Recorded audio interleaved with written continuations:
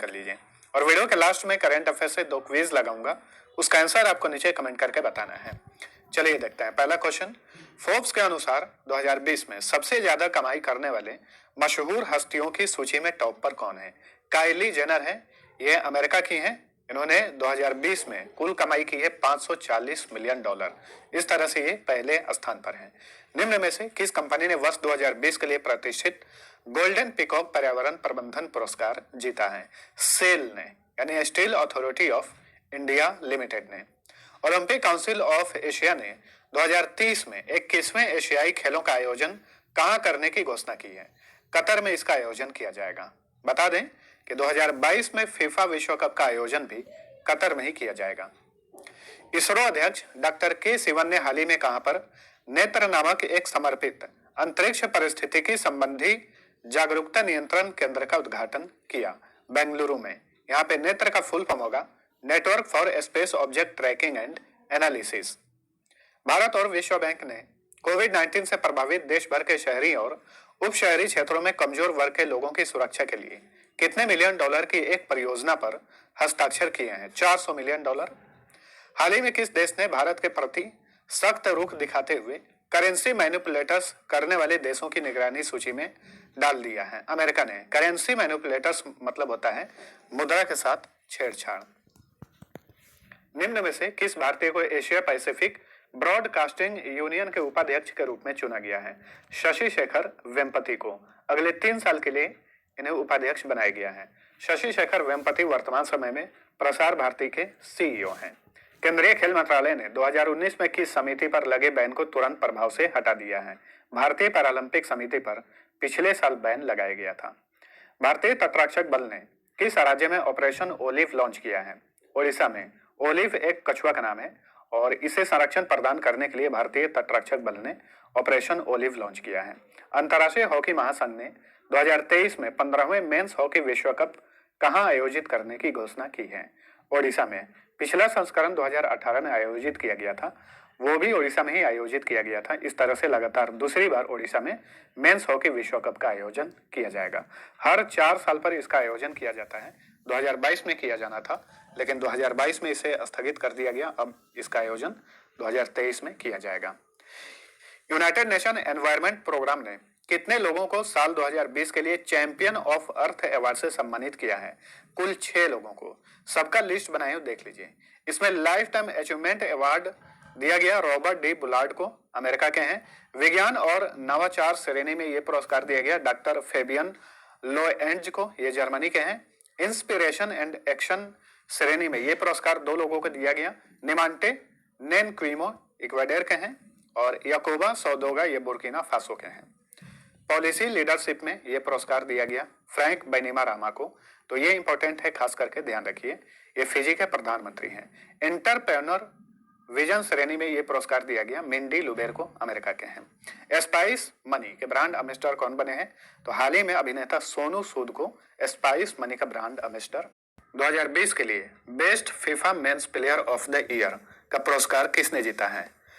तो 2020 के लिए फीफा का best footballer of the year का पुरस्कार जीत लिए हैं रॉबर्ट लेवांडोव्स्की। ऑप्शन डी सही उत्तर है। ये कहाँ के हैं? पोलैंड के हैं और इन्होंने पहली बार ये पुरस्कार अपने नाम किया है। 2019-20 के सीजन में इन्होंने कुल मैच खेले 47 और कुल गोल किए 55 और इस तरह से 2019-20 में सबसे ज्यादा गोल करने वाले ये यूरोपियन प्लेयर बन गए हैं। तो इन्हें फीफा ने 2020 के लिए best men's player of the year का खिताब दिया है। रॉबर्ट लेवांडोव्स्की पोलैंड के हैं और ये बायर्न म्यूनिख फुटबॉल क्लब के लिए खेलते हैं। ठीक है। अच्छा, best FIFA women player of the year से किसे सम्मानित किया गया है? लूसी ब्रॉन्ज को। ये इंग्लैंड की है और मैनचेस्टर सिटी फुटबॉल क्लब के लिए खेलती हैं और इस तरह से लूसी ब्रॉन्ज पहली महिला इंग्लिश खिलाड़ी बन गई हैं जिन्हें best FIFA women player of the year से सम्मानित किया गया है। इस पुरस्कार समारोह में और भी पुरस्कार प्रदान किए गए हैं, जैसे कि mains goalkeeper of the year 2020 से सम्मानित किया गया मैनुअल नोयर को, ये जर्मनी के हैं और बायर्न म्यूनिख के लिए खेलते हैं। Women's goalkeeper of the year 2020 का खिताब जीती हैं साराह बौहादी, ये फ्रांस की हैं। Men's coach of the year 2020 से सम्मानित किया गया है जुर्गेन क्लोप को, ये जर्मनी के हैं और लिवरपूल के कोच हैं। Women's coach of the year 2020 का पुरस्कार दिया गया सरीना वीगमैन को, ये नीदरलैंड की महिला नेशनल टीम है उसके ये कोच हैं। ठीक है। फीफा की बात करें तो इसका फुल फॉर्म होता है फ्रेंच में federation international day football association और इसका इंग्लिश में फुल फॉर्म होता है international federation of association football. 21 मई 1904 में स्थापना की गई थी। हेडक्वार्टर ज्यूरिख में है। प्रेसिडेंट है गियानी इन्फेंटिनो और मोट्टो है for the fame for the world. Nehru zoological park हाल ही में ISO प्रमाण पत्र प्राप्त करने वाला देश का पहला चिड़ियाघर बना। ये चिड़ियाघर कहां पर स्थित है? तो नेहरू जूलॉजिकल पार्क ये स्थित है हैदराबाद में। ऑप्शन ए सही उत्तर है। स्वच्छता, पशु प्रजनन एवं देखभाल, खाद्य प्रसंस्करण और जू अस्पताल जैसी व्यवस्था के क्षेत्र में मानक को पूरा करने के लिए नेहरू जूलॉजिकल पार्क को ISO प्रमाण पत्र दिया गया है। किसने ये प्रमाण पत्र दिया है? ASCB यूके ने, यानी यूके स्थित ASCB ने ये ISO प्रमाण पत्र दिया है। ASCB का फुल फॉर्म होता है accreditation service for certifying bodies. और ये जो 2015 आप देख रहे हैं ये ISO का लेटेस्ट मानक ईयर है। ध्यान रखिएगा, ये भी आपका एक जीके का क्वेश्चन बन सकता है। ISO एक तरह का क्वालिटी मैनेजमेंट सिस्टम होता है जो कि दुनिया भर के संस्थाओं या फिर किसी भी चीज को प्रदान किया जाता है। ISO का फुल फॉर्म होता है इंटरनेशनल ऑर्गेनाइजेशन फॉर स्टैंडर्डाइजेशन। 1947 में स्थापना की गई थी। हेडक्वार्टर जिनेवा में है। वर्तमान में ISO के प्रेसिडेंट हैं एडी जोरोगे। 17 से 18 दिसंबर 2020 को इंड इंडो कॉर्पोरेट के किस संस्करण का आयोजन किया गया? सबसे पहले तो इंड इंडो कॉर्पोरेट के बारे में जान लीजिए। इसका फुल फॉर्म होता है इंडिया इंडोनेशिया कोऑर्डिनेटेड पेट्रोल। कई बार फुल फॉर्म पूछा जाता है, इसको ध्यान रखना है। India Indonesia coordinated petrol. 2002 से ही इसका आयोजन किया जाता है और एक साल में 2 बार इस अभ्यास का आयोजन किया जाता है और इस साल का ये अंतिम था, यानी दूसरा था और ऑल ओवर ये 35वां संस्करण था। ठीक है। दोनों देश अपनी अंतर्राष्ट्रीय समुद्री सीमा रेखा के क्षेत्रों में शिपिंग और अंतर्राष्ट्रीय व्यापार की सुरक्षा सुनिश्चित करने के लिए इस अभ्यास का आयोजन करते हैं। तो यहाँ पे नीचे फुल फॉर्म लिख दिया हूं, ध्यान रखिए। और इस अभ्यास में भारत की ओर से स्वदेशी निर्मित मिसाइल कॉर्वेट INS कुलिश ने भी हिस्सा लिया था। INS कुलिश ने, इसे भी ध्यान में रखिए। अच्छा, एक इंडो थाई कॉर्पोरेट का भी आयोजन किया जाता है। इंडो थाई कॉर्पोरेट यानी इंडिया थाईलैंड कोऑर्डिनेटेड पेट्रोल। पिछले महीने 18 से 20 नवंबर को इंडो थाई कॉर्पोरेट के 30वें संस्करण का आयोजन किया गया था। ठीक है। वहीं इंडो कॉर्पोरेट का ये 35वां संस्करण था और इंडो थाई कॉर्पोरेट का जो पिछले महीने आयोजित किया गया वो 30वां संस्करण था। चलिए अगला क्वेश्चन है। औद्योगिक विकास और व्यापार को सुगम बनाने के उद्देश्य से किस राज्य ने हाल ही में परिश्रम पोर्टल लॉन्च किया है? परिश्रम पोर्टल लॉन्च किया है ओडिशा ने। ओडिशा के मुख्यमंत्री नवीन पटनायक ने हाल ही में इस पोर्टल का शुभारंभ किया है। 5T पहल के तहत इस पोर्टल को लॉन्च किया गया है। 5T पहल के तहत जो है ओडिशा में अलग अलग क्षेत्रों में डेवलपमेंट प्रोग्राम लॉन्च किए जाते हैं। ये 5T यानी 5T, इसका मतलब होगा technologies, transparency, team work, transformation और टाइम। तो ओडिशा ने लॉन्च किया है परिश्रम पोर्टल को। ओडिशा ने हाल ही में और भी पोर्टल लॉन्च किए हैं जैसे कि सुमंगल पोर्टल। जो अंतर जातीय विवाहित जोड़े हैं उन्हें प्रोत्साहन राशि प्रदान करने के लिए सुमंगल पोर्टल लॉन्च किया गया है। किसानों के लिए सेचा समाधान ऐप लॉन्च किया है। गो स्विफ्ट पोर्टल इंडस्ट्रीज के लिए लॉन्च किया गया है और हाल ही में अर्बन गवर्नेंस इंडेक्स जारी किया गया था। इसमें ओडिशा को पहला स्थान मिला। ठीक है। जनजातीय छात्रावासों के लिए ISO प्रमाण पत्र प्राप्त करने वाला ये इसी साल भारत का पहला राज्य बना है और सरकारी भूमि के संरक्षण के लिए अंतरिक्ष प्रौद्योगिकी और AI तकनीक का उपयोग करने वाला भी यह पहला राज्य है। बलराम योजना मो सरकार अभियान यहाँ की सरकार ने शुरू किया है। ओडिशा की बात करें तो ओडिशा की सीमा भारत के 4 राज्यों से लगती है। आंध्र प्रदेश, छत्तीसगढ़, झारखंड और पश्चिम बंगाल। राजधानी भुवनेश्वर। मुख्यमंत्री हैं नवीन पटनायक। राज्यपाल हैं गणेशी लाल एस मुरलीधर। ओडिशा हाईकोर्ट के नए मुख्य न्यायाधीश बने हैं। ओडिशा हाईकोर्ट कहां पर है? कटक में है। जिलों की संख्या 30, लोकसभा सीट 21, राज्यसभा सीट 10, विधानसभा सीट 147। राजकीय पशु सांबर हिरन, राजकीय पक्षी नीलकंठ, राजकीय वृक्ष बरगद, राजकीय फूल अशोक। ओडिसी सवारी पैंका, मुड़री, अया तथा घुमरा यहाँ के प्रसिद्ध लोक नृत्य हैं। Bhitarkanika national park, Similipal national park, Gahirmatha national park, Balukhand Konark वन्यजीव अभयारण्य, चिल्का वन्यजीव अभयारण्य, कोटागढ़ वन्यजीव अभयारण्य, नंदन कानन वन्यजीव अभयारण्य तथा लखारी वैले वन्यजीव अभयारण्य सभी ओडिशा में है। एक टाइगर रिजर्व भी है, Satkosia tiger reserve. Hirakud dam Mahanadi पर, मंदिरा डैम शंख नदी पर, रेंगाली डैम ब्राह्मणी नदी पर है। कुछ प्रमुख जनजातियां हैं जुआंग, खरिया, चेंचू तथा सोंड। किस देश को अगले 2 ओलंपिक ग्रीष्मकालीन और शीतकालीन या फिर अगले 2 साल के लिए किसी भी विश्व चैंपियनशिप में अपने नाम, ध्वज और राष्ट्रगान का उपयोग करने से प्रतिबंधित कर दिया गया है? तो ये प्रतिबंध लगाया गया है रूस पर। ऑप्शन ए सही उत्तर है। रूस पर डोपिंग के नियमों का उल्लंघन करने का दोषी पाया गया है, इसलिए वाडा ने अगले 2 सालों के लिए रूस पर प्रतिबंध लगा दिया है। वाडा यानी वर्ल्ड एंटी डोपिंग एजेंसी। हालांकि जो रूसी खिलाड़ी डोपिंग में शामिल नहीं है वे ओलंपिक में हिस्सा ले सकते हैं, लेकिन स्वतंत्र रूप से, यानी ओलंपिक में जब भी वो हिस्सा लेंगे तो वे रूस का नाम, वहां का ध्वज और वहां का राष्ट्रगान का इस्तेमाल नहीं कर पाएंगे। ठीक है, तो इस क्वेश्चन का सही उत्तर है ऑप्शन ए। एक होता है ग्रीष्मकालीन यानी समर ओलंपिक, एक होता है शीतकालीन यानी विंटर ओलंपिक। इन दोनों खेलों का आयोजन जो है हर 4 साल पर किया जाता है। 2021 में जो टोक्यो में ओलंपिक खेल का आयोजन किया जाएगा वो ग्रीष्मकालीन ओलंपिक होगा, यानी समर ओलंपिक होगा। ठीक है, और शीतकालीन ओलंपिक खेल का आयोजन 2022 में किया जाएगा बीजिंग में। ठीक है, शीतकालीन ओलंपिक खेलों का आयोजन पिछला संस्करण आयोजित किया गया था 2018 में। कहां पर? प्योंगचांग साउथ कोरिया में। वहीं 2016 में ग्रीष्मकालीन ओलंपिक खेलों का आयोजन रियो डी जेनेरियो में किया गया था। तो 2 तरह के ओलंपिक खेल होते हैं, खास करके ग्रीष्मकालीन और शीतकालीन। वैसे पैरालंपिक खेल भी होते हैं। रूस से रिलेटेड कुछ करंट अफेयर बने हाल ही में। कोविड-19 वैक्सीन के इस्तेमाल को मंजूरी देने वाला ये विश्व का पहला देश है और पिछले महीने 10 नवंबर को 20वें एशियो समिट का आयोजन किया गया था। उसकी अध्यक्षता रूस ने ही की थी और रूस के राष्ट्रपति हैं व्लादिमीर पुतिन। ये 2036 तक वहां पर पद पर बने रहेंगे। रूस में राष्ट्रपति का कार्यकाल 6 साल का होता है।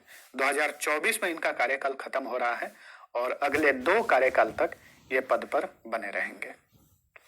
रूस की कैपिटल है मॉस्को। यहाँ के राष्ट्रपति हैं व्लादिमीर पुतिन, प्राइम मिनिस्टर हैं मिखाइल मिशुस्टिन, संसद का नाम है ड्यूमा और मुद्रा का नाम है रूबल।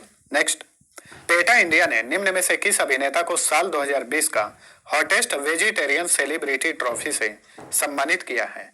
तो पेटा इंडिया ने 2020 का हॉटेस्ट वेजिटेरियन सेलिब्रिटी ट्रॉफी से सम्मानित किया है सोनू सूद को। ऑप्शन बी सही उत्तर है।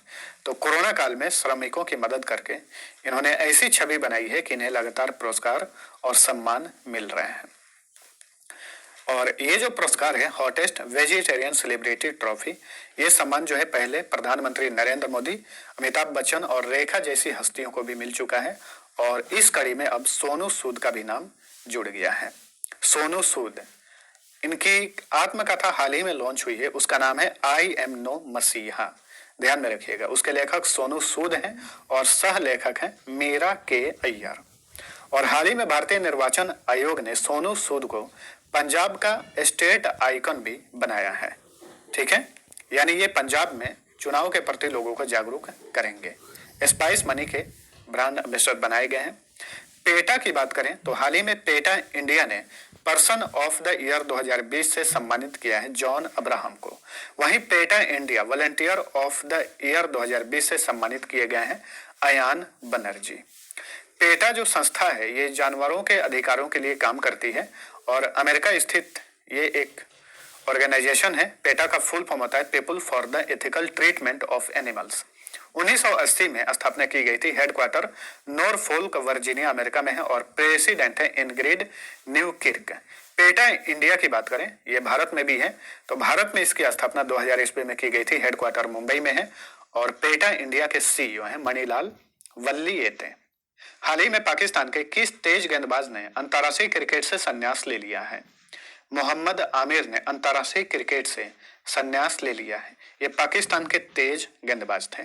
इन्होंने अपने करियर में 36 test match, 61 one day international match और 49 T20 इंटरनेशनल मैच खेले और तीनों फॉर्मेट को मिलाकर इन्होंने कुल विकेट हासिल किए 259। मोहम्मद आमिर इन्होंने संन्यास ले लिया है। आपको बता दें कि इन्होंने अंतर्राष्ट्रीय क्रिकेट में 2009 में पदार्पण किया था। हाल ही में अंतर्राष्ट्रीय प्रवासी दिवस कब मनाया गया? तो हाल ही में इंटरनेशनल माइग्रेंट डे मनाया गया 18 दिसंबर को। प्रत्येक वर्ष 18 दिसंबर को ही अंतर्राष्ट्रीय प्रवासी दिवस मनाया जाता है। 2020 का विषय है रिमेनिंग ह्यूमन मोबिलिटी। ये 2020 का थीम है। यूनाइटेड नेशन जनरल असेंबली ने इस दिवस को अपनाया था 2000 ईस्वी में, यानी पहली बार 2000 ईस्वी में यह दिवस मनाया गया था। ठीक है, प्रवासियों के मानवाधिकारों की रक्षा के लिए हर साल ये दिवस मनाया जाता है। अब यहाँ पे प्रवासी दिवस का बात चल रहा है तो एक चीज ध्यान रखिए, प्रवासी भारतीय दिवस जो कि मिलता जुलता नाम हो रहा है, तो प्रवासी भारतीय दिवस हर साल भारत में 9 जनवरी को मनाया जाता है। 9 जनवरी 1915 में महात्मा गांधी अफ्रीका छोड़कर भारत आ गए थे, इसीलिए भारत में हर साल 9 जनवरी को प्रवासी भारतीय दिवस मनाया जाता है। ठीक है, अच्छा 18 दिसंबर को एक और दिवस मनाया जाता है, लेकिन भारत में अल्पसंख्यक अधिकार दिवस भारत में हर साल 18 दिसंबर को मनाया जाता है। हाल ही में यूएनईपी द्वारा young champions of the earth पुरस्कार 2020 से सम्मानित 7 लोगों में एकमात्र भारतीय कौन है? तो ऊपर हम लोग रिवीजन किए हैं, यूएनईपी द्वारा 6 लोगों को चैंपियन ऑफ द अर्थ पुरस्कार से सम्मानित किया गया है और सभी 6 लोगों का नाम मैंने आप सभी को बताया है। वहीं यूएनईपी द्वारा young champion of the earth पुरस्कार भी दिया गया है कुल 7 लोगों को, और इसमें एक भारतीय भी है, तो इनका नाम इंपॉर्टेंट है, ध्यान रखिए, विद्युत मोहन। इन्होंने एक कंपनी की स्थापना की थी 2018 में, उस कंपनी का नाम है टेकाचार। ठीक है, धान की भूसी, पराली और नारियल के छिलकों से चारकोल बनाने का काम करती है टेकाचार इनकी कंपनी। ठीक है, यानी जैसे धान की भूसी होती है, पराली होती है, उसे जलाने पर काफी प्रदूषण फैलता है, लेकिन ये क्या करते हैं, जलाते नहीं है, इनकी कंपनी जो है चारकोल बनाती है। इसी उपलब्धि के लिए इन्हें यूएनईपी ने young champion of the earth पुरस्कार से सम्मानित किया है। टेकाचार की स्थापना 2018 में की गई थी, तब से 30,000 टन अपशिष्ट का इन्होंने निपटारा कर दिया है। और भी लोगों को यह पुरस्कार दिया गया है, उनका भी नाम जान लीजिए। फातिमा अल जेल जेला, ये कुवैत की हैं। जाम्बी मैथी केन्या के हैं। जायो युआन रेन, ये चीन के हैं। लेफ्टेरिस अरापाकिस ग्रीस के हैं। मैक्स हिडाल्गो क्विंटो पेरू के हैं। नारिया एलिसिया गार्सिया, ये अमेरिका के हैं। इन सभी को भी young champion of the earth पुरस्कार 2020 से सम्मानित किया गया है। यूएनईपी की बात करें तो इसका फुल फॉर्म होता है यूनाइटेड नेशंस एनवायरमेंट प्रोग्राम। 5 जून 1972 में इसकी स्थापना की गई थी और इसी वजह से 5 जून को हर साल विश्व पर्यावरण दिवस मनाया जाता है। हेडक्वार्टर केन्या की कैपिटल नैरोबी में है। एग्जीक्यूटिव डायरेक्टर हैं इंगेर एंडरसन। नेक्स्ट, केंद्रीय खेल मंत्रालय ने हाल ही में किसे एक प्रतिस्पर्धी खेल के रूप में औपचारिक रूप से मान्यता प्रदान कर दी है? वेरी इंपॉर्टेंट क्वेश्चन है। तो हाल ही में केंद्रीय खेल मंत्रालय ने योग को यानी योगासन को औपचारिक रूप से खेल के रूप में, प्रतिस्पर्धी खेल के रूप में मान्यता प्रदान कर दी है। तो ऑप्शन सी सही उत्तर है। यानी अब ये खेल जो है यानी योगासन जो है ये खेलो इंडिया कार्यक्रम का हिस्सा बन गया है और हो सकता है कि अगले साल यानी 2021 में एक योगासन खेल चैंपियनशिप का आयोजन भी किया जाए। केंद्रीय खेल मंत्री हैं किरेन रिजिजू। नेक्स्ट, केंद्रीय मंत्री नितिन गडकरी ने 18 दिसंबर 2020 को कहां पर 10 दिवसीय 23वें हुनर हाट का उद्घाटन किया? तो 23वें हुनर हाट का उद्घाटन किया गया है रामपुर में, उत्तर प्रदेश के रामपुर में। ऑप्शन सी सही उत्तर है। 27 दिसंबर तक इस हुनर हाट का आयोजन किया जाएगा। भारत भर के कारीगरों और शिल्पकारों को रोजगार प्रदान करने के उद्देश्य से इसका आयोजन किया जाता है हुनर हाट का। तो 23वां संस्करण आयोजित किया जा रहा है रामपुर में और 24वां संस्करण अगले साल जनवरी में आयोजित किया जाएगा लखनऊ में। ठीक है, केंद्रीय मंत्री नितिन गडकरी हैं, इनके पास कौन सा मंत्रालय है? सड़क परिवहन और राजमार्ग मंत्रालय, सूक्ष्म लघु और मध्यम उद्यम मंत्रालय। इनके पास 2 मंत्रालय हैं। नेक्स्ट, वडोदरा स्थित किस एनजीओ द्वारा यानी नॉन गवर्नमेंट ऑर्गेनाइजेशन द्वारा तैयार की गई भारतीय संविधान के ब्रेल संस्करण को मुंबई में अनावरण किया गया? तो भारतीय संविधान के ब्रेल संस्करण को तैयार किया है अस्तित्व फाउंडेशन ने। वडोदरा स्थित ये एक एनजीओ है, इसी ने इसे तैयार किया है। ऑप्शन डी सही उत्तर है। तो जो लोग देख नहीं सकते हैं उन्हीं के लिए भारतीय संविधान का ब्रेल संस्करण तैयार किया गया है, ताकि वे भी जो है भारतीय संविधान के बारे में जान सकें। भारतीय संविधान का पिता किसे कहा जाता है? डॉक्टर भीमराव अंबेडकर को। आप लोग ये बताइए, हर साल भारतीय संविधान दिवस कब मनाया जाता है? 26 नवंबर को, क्योंकि 26 नवंबर 1949 में भारतीय संविधान को अपनाया गया था। लेकिन भारतीय संविधान लागू कब हुआ था? 26 जनवरी 1950 को। इसीलिए 26 जनवरी को गणतंत्र दिवस मनाया जाता है। नेक्स्ट, किस भारतीय मूल के व्यक्ति को अमेरिकी मल्टीनेशनल टेक्नोलॉजी और कंप्यूटर कंपनी IBM का चेयरमैन बनाया गया है? तो IBM के चेयरमैन बने हैं अरविंद कृष्णा। ये भारतीय मूल के हैं, इसीलिए ये क्वेश्चन इंपॉर्टेंट बनता है। IBM जो है बहुत बड़ी कंपनी है और इसके चेयरमैन बनाए गए हैं अरविंद कृष्णा। अरविंद कृष्णा इससे पहले इस कंपनी के CEO थे और इन्हें इसी साल अप्रैल महीने में CEO बनाया गया था। अब इन्हें CEO पद से हटाकर चेयरमैन बना दिया गया है। इन्हें गिनी रोमेटी की जगह नियुक्त किया गया है। ध्यान रखिएगा, गिनी रोमेटी IBM की पहली महिला प्रमुख थी। ठीक है, अरविंद कृष्णा नए चेयरमैन बनाए गए हैं। IBM यानी इंटरनेशनल बिजनेस मशीन, 1911 में इसकी स्थापना की गई थी। हेडक्वार्टर अमेरिका के न्यूयॉर्क में है और प्रेसिडेंट हैं जिम व्हाइट हर्स्ट। तो फ्रेंड्स, ये था हमारा आज का करंट अफेयर। वीडियो पसंद आया है तो लाइक और शेयर जरूर करना। अब पिछले क्विज का आंसर जानिए। पहला क्वेश्चन था, यूके स्थित ईस्टर्न आई समाचार पत्र द्वारा प्रकाशित 50 Asian celebrities in the world 2020 की सूची में टॉप पर कौन है? तो इसका सही उत्तर था ऑप्शन डी, सोनू सूद। दूसरा क्वेश्चन था, वर्ल्ड स्क्वैश फेडरेशन के नए अध्यक्ष कौन बने हैं? इसका सही उत्तर था ऑप्शन सी, जेना वोल्ड्रिज। अब चलिए आज का पहला